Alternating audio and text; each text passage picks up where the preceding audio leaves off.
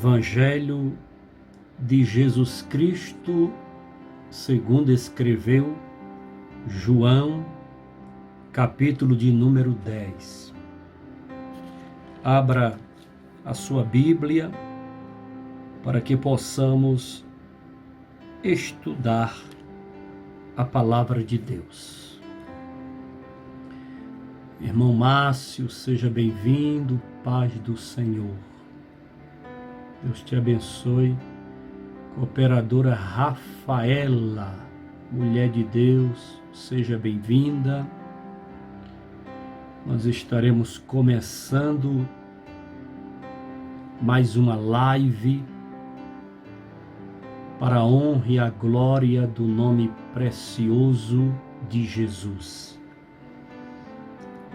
Queremos agradecer ao Senhor Jesus por esta oportunidade maravilhosa, agradecer ao Espírito Santo de Deus, agradecer ao Deus de Abraão, de Isaque e de Jacó, por esta oportunidade gloriosa que é estar na presença do Senhor, adorando na beleza da sua santidade. Diaconisa Guadalupe, bem-vinda no nome de Jesus. Evangelho de Jesus Cristo, capítulo de número 10. João, capítulo 10. Missionária Áquila, Jesus te abençoe.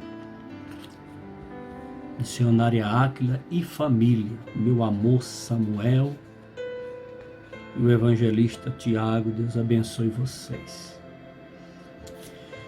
Então vamos aqui abrir nossas Bíblias no Evangelho de João, capítulo 10, que diz assim: Na verdade, eu vos digo, Jesus dizendo, eu sou a verdade e falo a verdade e vos digo, aquele que não entra pela porta no aprisco das ovelhas, mas sobe por outros caminhos, esse é ladrão e salteador. Diaconisa Andréia Laurindo, bem-vinda, mulher de Deus. Então Jesus está dizendo que o pastor, ele entra pela porta. E aquele que não entra pela porta, ele é ladrão e salteador. Há muitas pessoas que não entendem a palavra de Deus e querem entrar pela janela, ou querem entrar por outros lugares. Quem entra por outros lugares é ladrão e salteador. Sabe aquele jeitinho brasileiro, quando a gente aceita Jesus, conhece o Evangelho, muda de vida, muda nossas práticas, começa a corrigir nossas atitudes, a gente perde o jeitinho brasileiro e começa a fazer tudo de acordo com a palavra de Deus. Missionária Gisele, paz do Senhor, seja bem-vinda. Francine Azoubo, paz do Senhor, seja bem-vinda. Jesus está dizendo em João, Evangelho, capítulo 10, que o jeitinho brasileiro temos que deixar e abandonar, porque agora conhecemos a palavra de Deus e, conhecendo a palavra de Deus, temos que mudar de vida, mudar nossas práticas, mudar nossas atitudes, Temos que entrar pela porta, de cabeça erguida, de uma maneira limpa, clara, sincera, verdadeira, para que não sejamos reprovados pela Bíblia e pelo céu. Pastor Eliene, amor da minha vida, obrigado. Então Jesus está dizendo, o pastor ele entra pela porta, Quem é ladrão e salteador procura outras entradas, que não é o certo nem é o correto. Mas vamos lá. É uma mensagem expositiva do capítulo 10 do Evangelho de João. O versículo 2 diz: mas o que entra pela porta é o pastor das ovelhas. Esse entra pela porta, porque ele entra com a verdade, porque ele entra com a sinceridade, porque ele não quer meios errados, errôneos, meios para dar um jeitinho, meios para burlar a lei, meios para correr da lei. Ele cumpre a lei, ele anda na lei, ele anda na verdade, ele anda na luz e ele entra pela porta. O versículo de número 3 diz: a este o porteiro abre. Veja que a figura do porteiro está aqui, é importante o porteiro da casa de Deus. E as ovelhas ouvem a sua voz, a voz do pastor, e ele chama as suas próprias ovelhas pelo nome e as conduz para fora. Conduz para fora, aqui se referindo a ovelhas, animais que precisam pastar, que precisam tomar água fresca, que precisam de sombra, que precisam caminhar um pouco para desopilar a mente, né?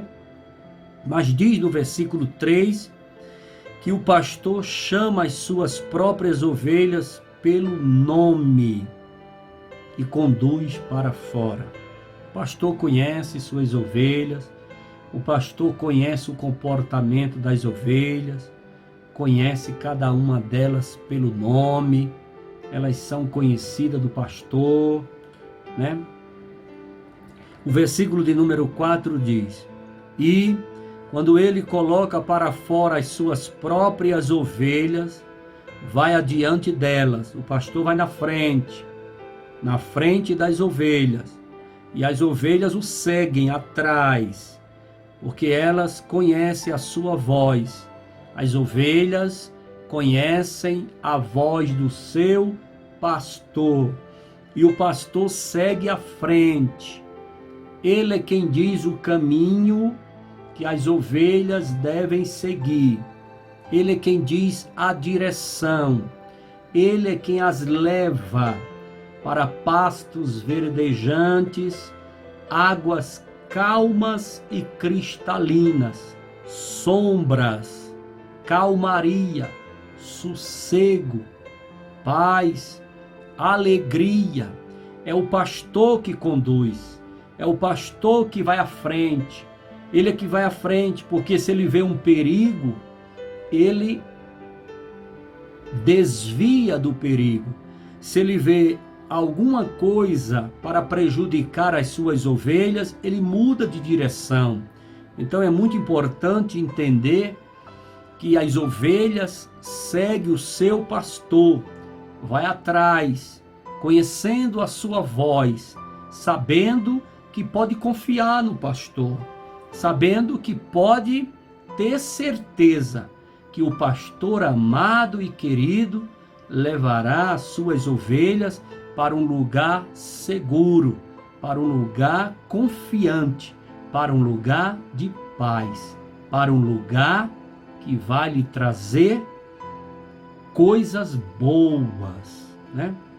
Por isso que o papel do pastor é consolar as ovelhas no momento de tempestade.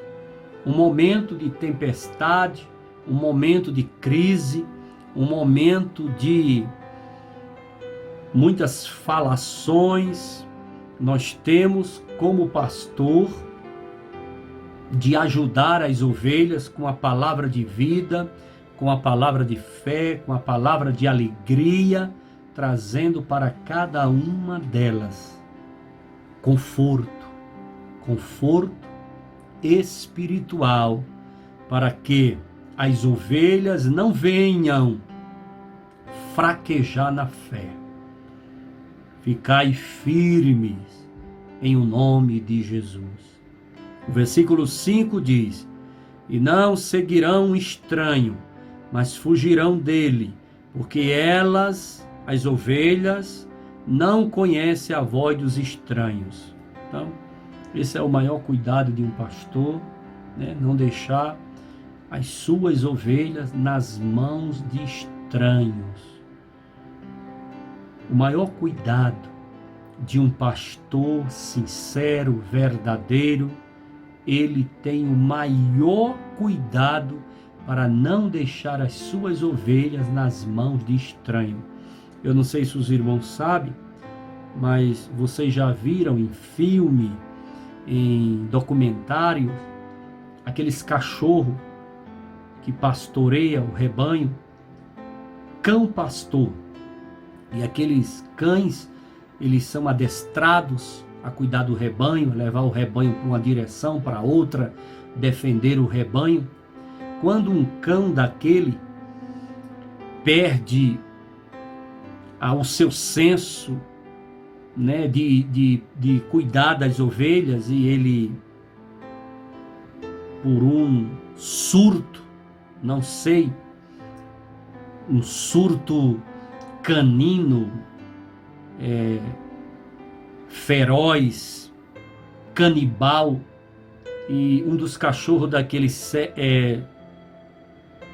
pratica matar uma ovelha e comer ela, aquele cachorro, ele é condenado por toda a sua vida e ele é sacrificado pelo dono do rebanho. Aquele cachorro não serve mais para cuidar do rebanho. Uma vez que ele matou a ovelha, se alimentou da carne dela e bebeu o sangue, ele não serve mais para estar ali vigiando o rebanho. Então, ele é sacrificado. O cachorro mesmo é sacrificado. Então, a gente fica olhando esses exemplos da vida animal e fica observando o ser humano.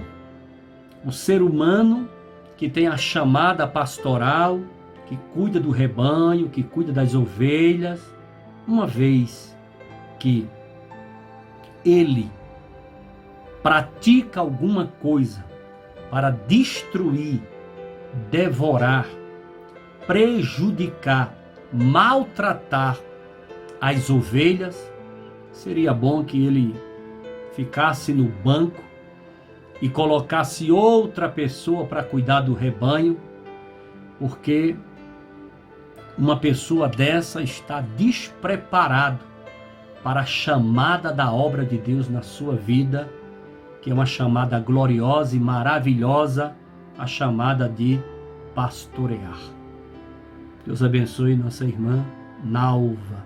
Seja bem-vinda em o nome de Jesus. Aqui vamos ler o versículo de número 6.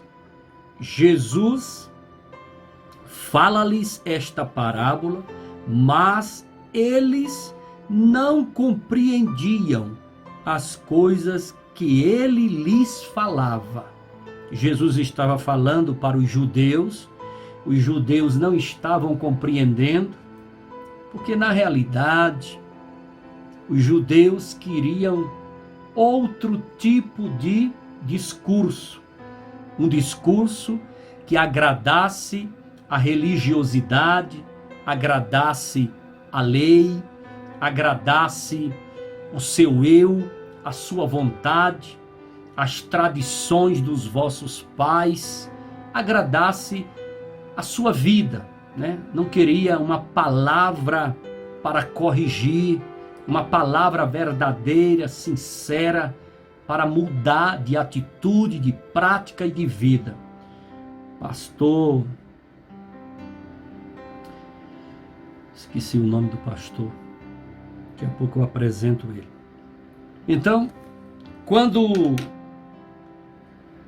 a gente medita em João, capítulo de número 10, a gente vê que o povo judeu não estava aceitando o discurso de Jesus. E hoje é assim. Existe uma palavra na igreja que hoje está muito difícil de pregar, de falar. É o pecado. Quando você fala de pecado, a maioria, não são todos, mas a maioria fica doído, né? Fica ferido, fica triste, fica amargurado. Porque o que o povo quer hoje dentro das igrejas é massagear o seu ego. Não é para falar de pecado, não é para falar de inferno, não é para falar. A mensagem tem que ser aquela mensagem de alegria, de amor, de bondade. Não pode falar de pecado. Se falar de pecado, o rebanho entristece. Pastor Valdir, meu amigo, homem de Deus, seja bem-vindo. Graça e paz sobre a sua vida. Então os judeus não gostaram do discurso de Jesus. Então se você é pastor de igreja, está conduzindo um rebanho para Canaã celestial, e você fala de pecado, as pessoas não querem ouvir. Quer ouvir uma palavra de autoajuda, né?